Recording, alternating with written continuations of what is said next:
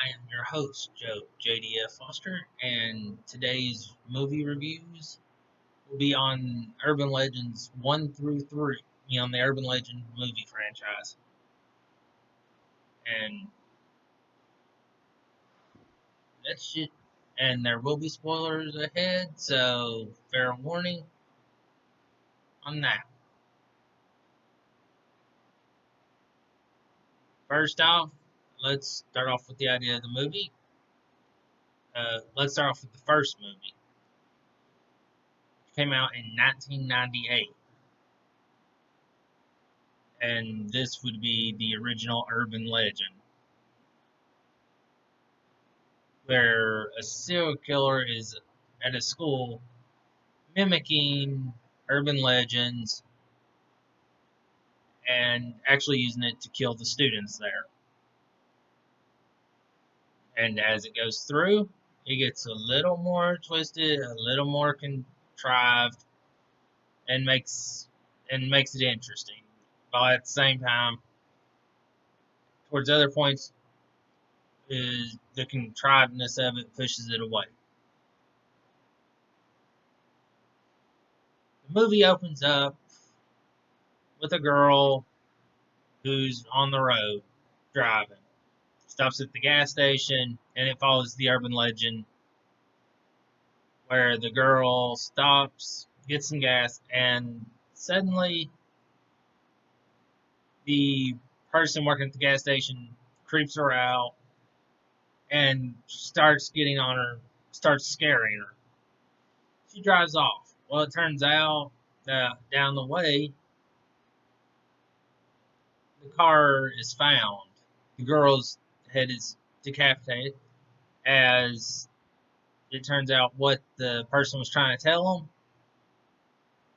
was that there was somebody else in the back seat with an axe. In the original version of this urban legend, or at least the version I remember from it as being when I was a kid, is that the person who was in the back seat was actually a killer who had recently escaped the mental asylum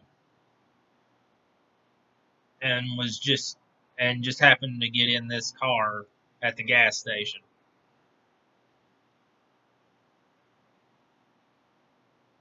Okay, another kill that happens in the movie is the "Aren't you glad you didn't turn on the lights?" urban legend. This one is a little odd because of the way it's done, but it's based on the idea of the college experience where parents try to get their children to act proper and not experiment with sex or anything like that, as this is a warning towards that. Because the girl in this scene was heavily known for being loose, and when she did this, her roommate just thought it was another friendly experiment, and instead of turning on the lights, just left them off and went to bed. She woke up the next morning, the girl was dead, and written on the wall in blood is "Aren't you glad you didn't turn on the lights?" Spoiler alert for this one. In the movie, there's a girl wearing a blue ribbon around her neck. And this is one I haven't heard of as an urban legend. So if you can actually find that and send it to me, I would be happy to know. And I would be happy to read this one. Where it's an urban legend about a woman who has the blue ribbon around her neck because she has to wear it. Because if it's removed, she'll die. Also, another one that gets brought up is the gang initiation urban legend, where where you'll drive down the road and there will be these cars that don't have lights on. The first car that flashes their lights at them, that car will turn around and chase the one that did the flashing of the lights down and actually end up wrecking it. Or finding a way to kill the driver and anybody else that's in that car. Also, one that's heavily implied by the mess, but isn't actually seen happening, is the dog in the microwave story. This is an old urban legend that's the idea that an old woman mistakenly takes her dog, her wet dog, because she wants to dry it off, but doesn't want to take the time to do it with a towel, and puts it in a microwave. But in doing so, she causes the dog to explode. Like I said, this one doesn't actually do the whole sickening idea of it, but it shows the implication. It shows the implied form of it. And that's just a few of the way they did the killings on there and in the movie. And now for some other notes on the movie. Actors and actresses that were involved with it or not. Some actresses that turned down the roles in this movie. Sarah Michelle Gellar reportedly turned it down due to conflicts with Buffy the Vampire Slayer at the time. Jodie Lynn O'Keefe, who many would remember for being on Nash Bridges, or if you saw Two and a Half Men, maybe you remember her for being the witch that Charlie dated on an episode, or for being in The Crow 3 Salvation as the girlfriend who got killed. But anyways, she turned this one down, supposedly to do Halloween H2O, or Halloween 20 years later, as it was known. And as for a third, Jennifer Love Hewitt turned down a role in this movie because she didn't want to be typecast as a scream queen. And an interesting note about it, during a scene in this, Joshua Jackson, with his really bright blonde hair, shows up in his car. The song playing is Paula Cole's I Don't Want to Wait. At the time this movie was done, it would have been on season 1 or 2 of Dawson's Creek, and that was actually the theme song for the show. So that could have been like an inside reference to that. Also, the SUV they used in the movie had to be changed to the expedition, because the axe being swung in it was not possible in a Land Rover. There wasn't enough space.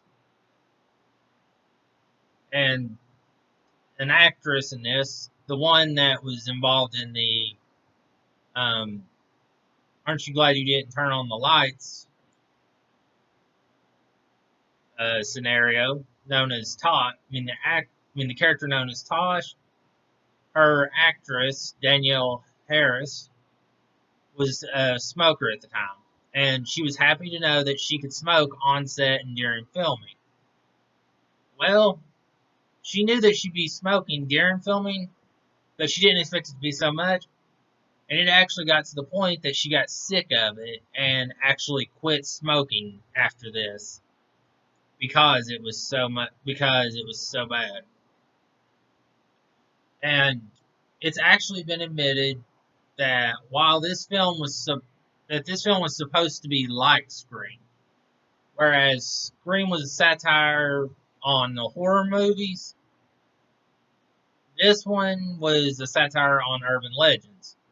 But it didn't make it money-wise or popularity-wise, because a lot of people including myself, came to see it more as a ripoff of Scream instead of it being the satire that it actually is. My final notes on the first film: it was Hollywood trying to make a quick buck off something simple, and this is one of those, it's good in the moment that you watch it, but it's not something that you'll probably watch over and over and over again. Overall, my final grade is a C plus for it.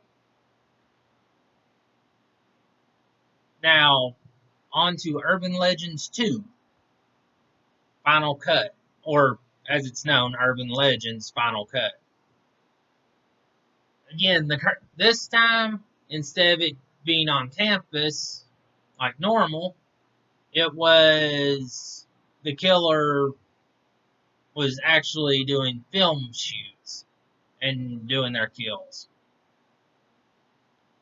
And the legends used the legends that I could remember being used were the kidney removed, the midnight scream, the snuff film, and Humans Lick 2.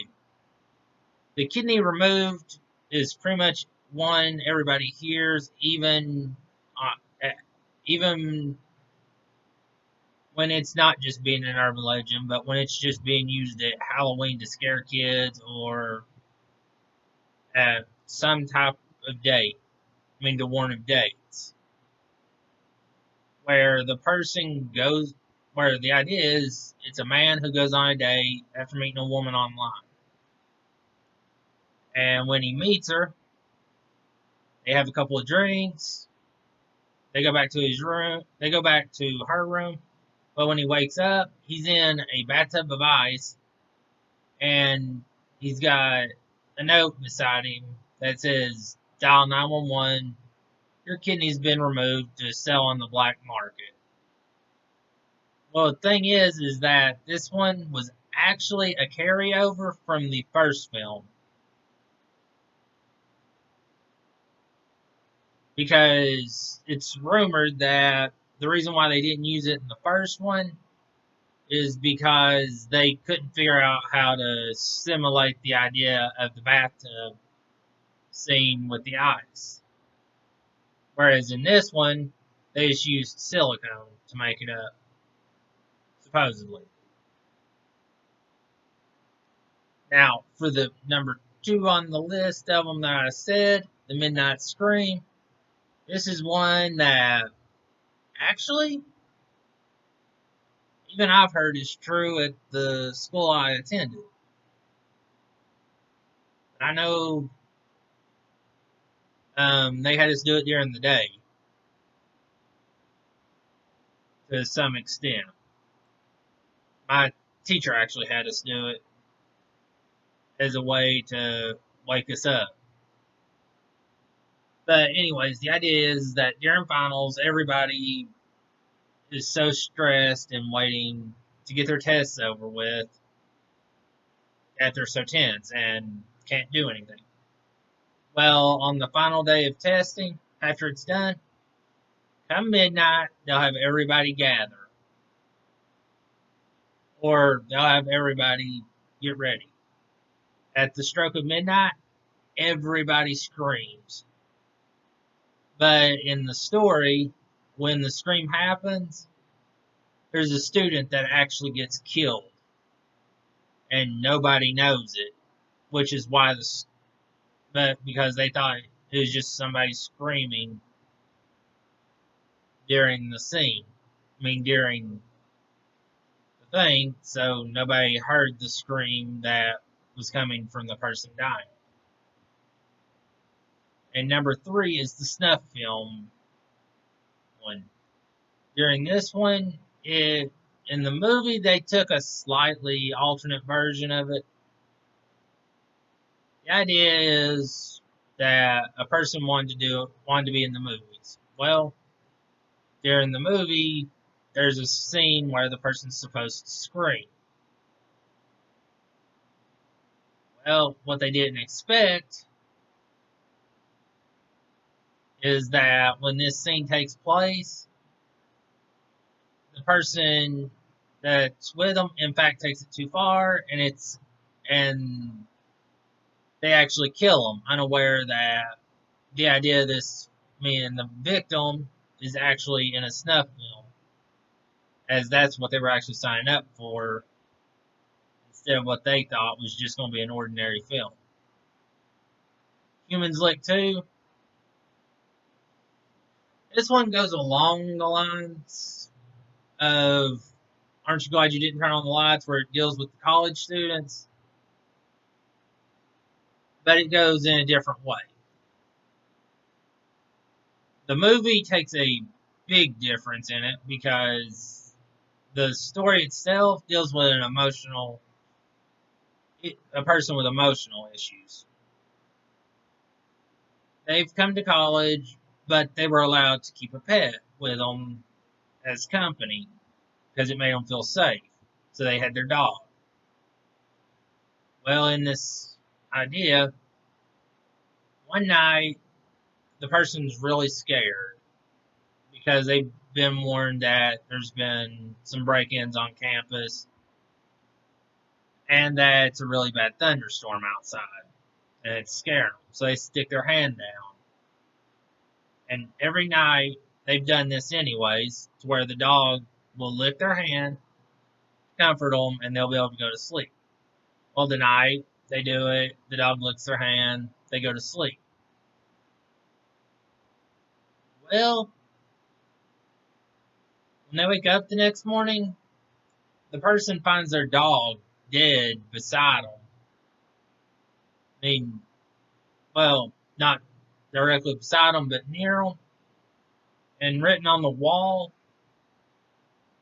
behind them, but they see it through the mirror, is the words "Humans Lick 2."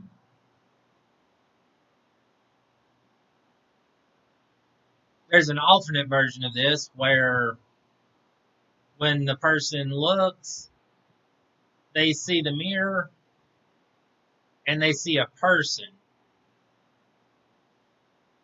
But before they see the person, they see the words "Humans Lick 2." And when they look down, they see the mirror and they see the person underneath the bed.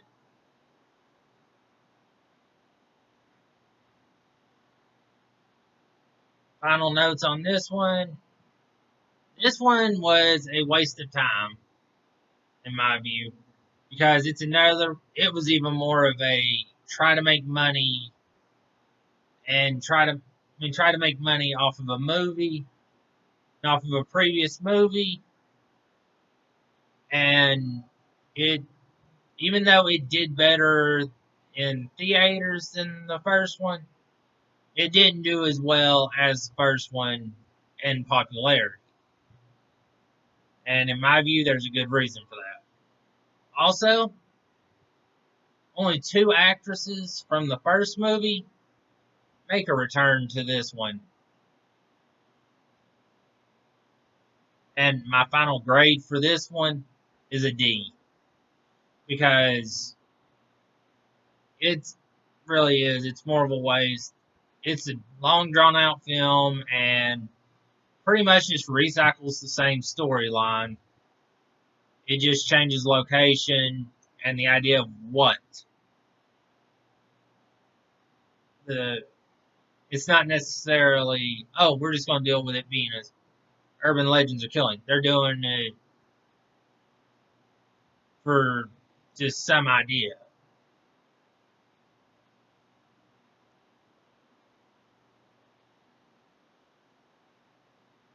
Okay, now for Urban Legends 3, Bloody Mary. This is the only urban legend movie to feature the killer being an actual urban legend. This film also, due to how bad the first two films did, went direct to video rather than having a theatrical release. A side note about this, Kate Mara, who most would remember being in Zoom, as our little psychic girl. I forget her name. Sorry for that.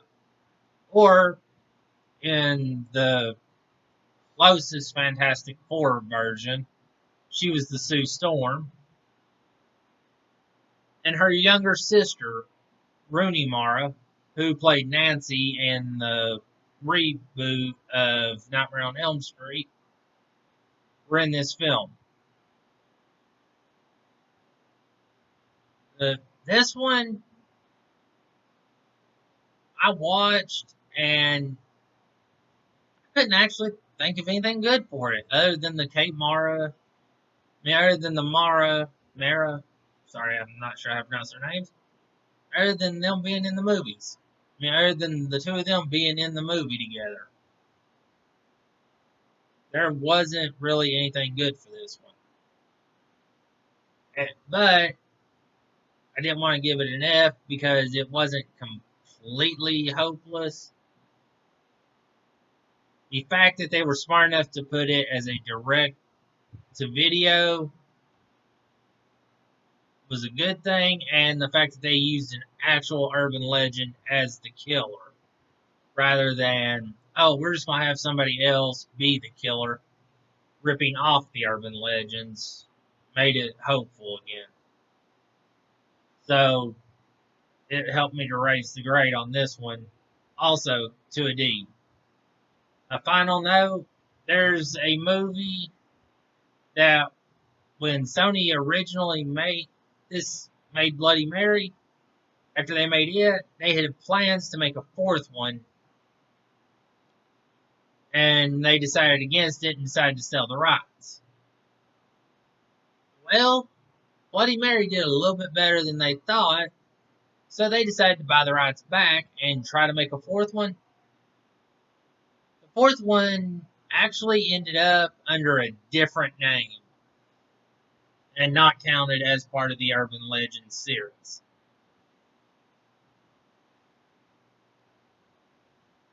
If you go on IMDb, you can find the name for it, and I think Wikipedia also has it, what the other movie was.